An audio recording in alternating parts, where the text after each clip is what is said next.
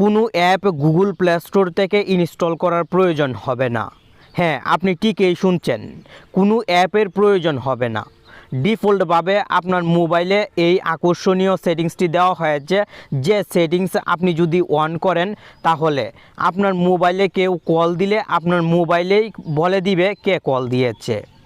এই গুরুত্বপূর্ণ সেটিংস কিন্তু আমরা অনেকেই মোবাইলে অন করতে সক্ষম হই না।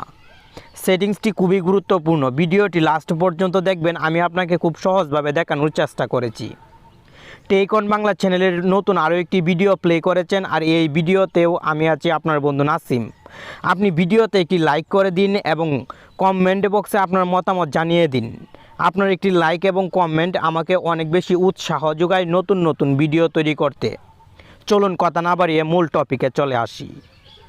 গোপন সেটিংসটি অন করার জন্য প্রথমে আপনাকে ডায়াল প্যাডে ক্লিক করতে হবে।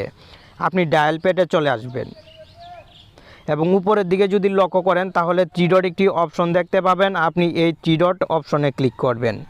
উপরের দিকে লক্ষ্য করলেই কিন্তু থ্রি ডট দেখতে পাবেন, এই থ্রি ডটে ক্লিক করবেন।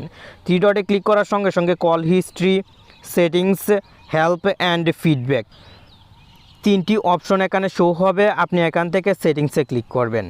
সেটিংসে ক্লিক করার পর নিচের দিকে যদি লক্ষ্য করেন তাহলে কলার আইডি অ্যানাউন্সমেন্ট একটি সেটিংস দেখতে পাবেন। আপনি এই কলার আইডি অ্যানাউন্সমেন্টে ক্লিক করে দিবেন। অ্যানাউন্স কলার আইডি এই সেটিংসে এখন ক্লিক করবেন। এখানে তিনটি অপশন দেওয়া হয়েছে, আপনি অলওয়েজে ক্লিক করবেন। অলওয়েজে ক্লিক করার সঙ্গে সঙ্গে কিন্তু আপনার কাজ কমপ্লিট। কলার আইডি অ্যানাউন্সমেন্ট যদি অলওয়েজে দেওয়া থাকে তাহলেই কিন্তু কেবলমাত্র আপনার মোবাইলে কল আসলে কে কল দিয়েছে আপনার মোবাইলে বলে দিবে। অপরিচিত নাম্বার থেকে যদি কল আসে তাহলে সেই নাম্বারটি বলবে। আর মোবাইলের যে সেভ নাম্বারগুলো আছে সেই নাম্বারগুলো থেকে যদি কল আসে তাহলে আপনি যে নামে সেভ করে রেখেছেন সেই নামটি কিন্তু আপনার মোবাইল বলবে।